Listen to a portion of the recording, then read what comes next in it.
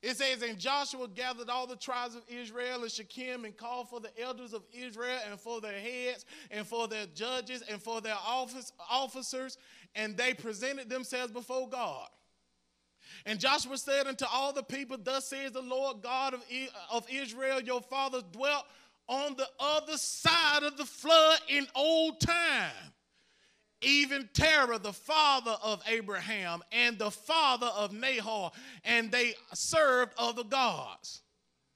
And I took your father Abraham from the other side of the flood and led him through the land of Canaan and multiplied his seed and gave him Isaac. Oh, I feel it. And I gave unto Isaac Jacob and Esau, and I gave unto Esau my seer to possess it. But Jacob and his children went down into Egypt. I sent Moses also and Aaron, and I plagued Egypt, according to which I did among them, and afterward I brought you out. Look at somebody say, he brought me out.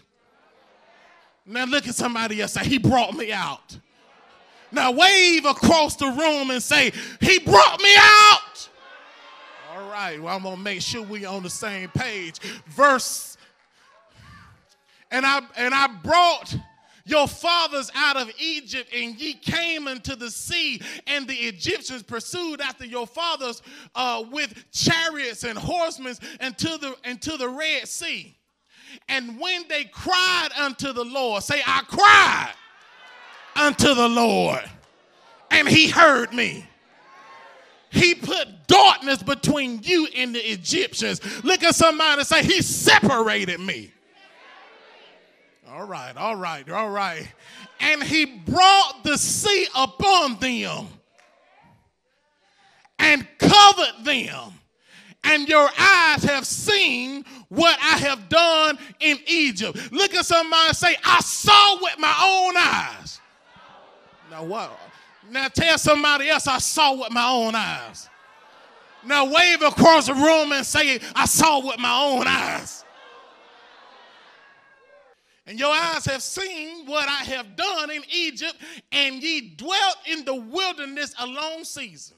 And I brought you into the land of the Amorites, which dwelt on the other side of Jordan, and they fought with you. And I gave them into your hand. Now, look at somebody and say, they fought me. And they fought you. And they still fighting you.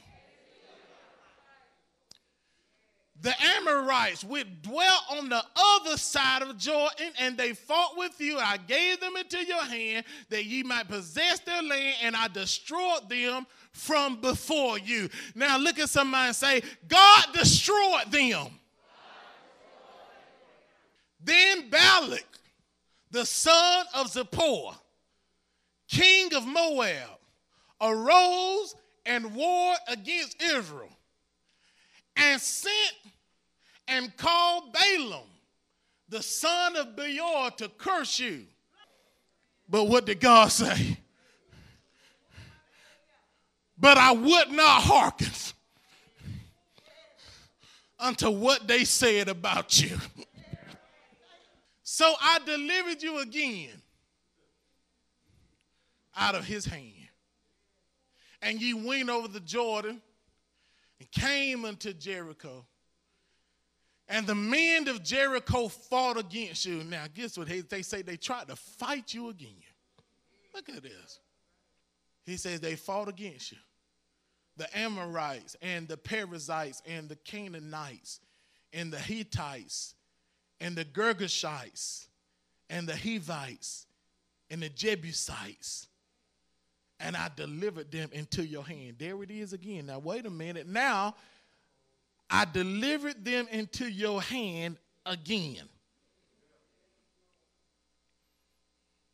I gave you authority again. Even after y'all fought. It was nothing that they could do anymore. It was nothing that they could say anymore. Their lives don't even matter no more. See? Rising up against you, it don't even matter no more. Because God have delivered them into your hand.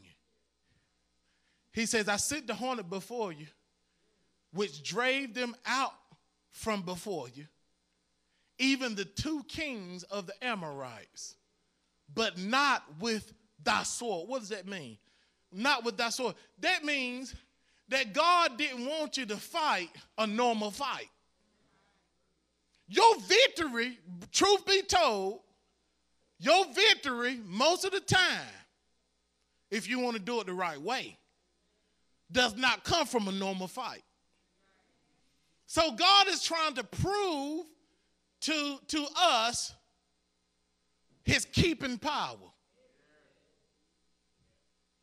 So he says, even the 2 kings of the Amorites, but not with thy sword, nor with thy bow. Verse 13.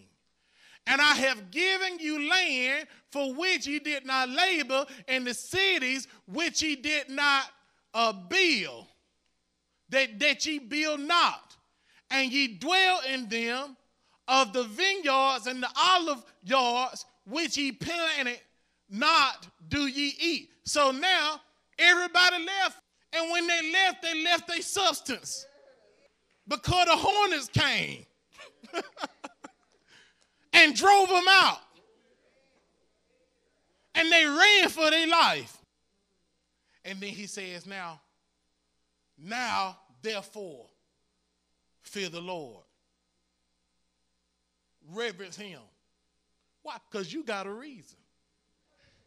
Serve him with sincerity and in truth, and put away the gods, and I'm paraphrasing, put away these gods who ain't never did nothing for you. He said, put away the gods which your father served on the other side. See, those things, suppose you need to let that stuff stay on the other side. You have crossed over on the other side of the flood and in Egypt, and serve ye the Lord. Then he goes on to say in verse 15, he says, choose ye this day whom ye will serve, whether the gods which your fathers served were on the other side. See, you know what? I'm going to tell you something. We got family right now. We serving the God of the fathers.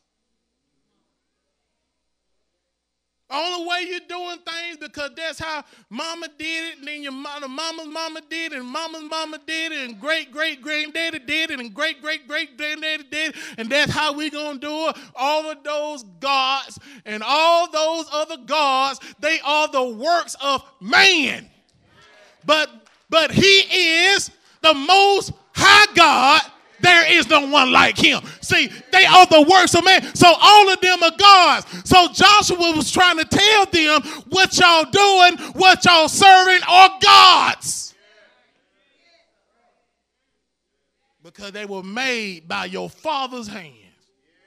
Woo, good God Almighty. Boy, I wish I had some help. I guess I'm by myself today.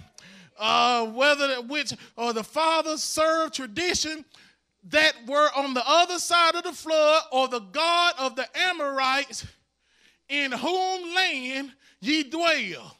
But as for me and my house, we will serve the Lord.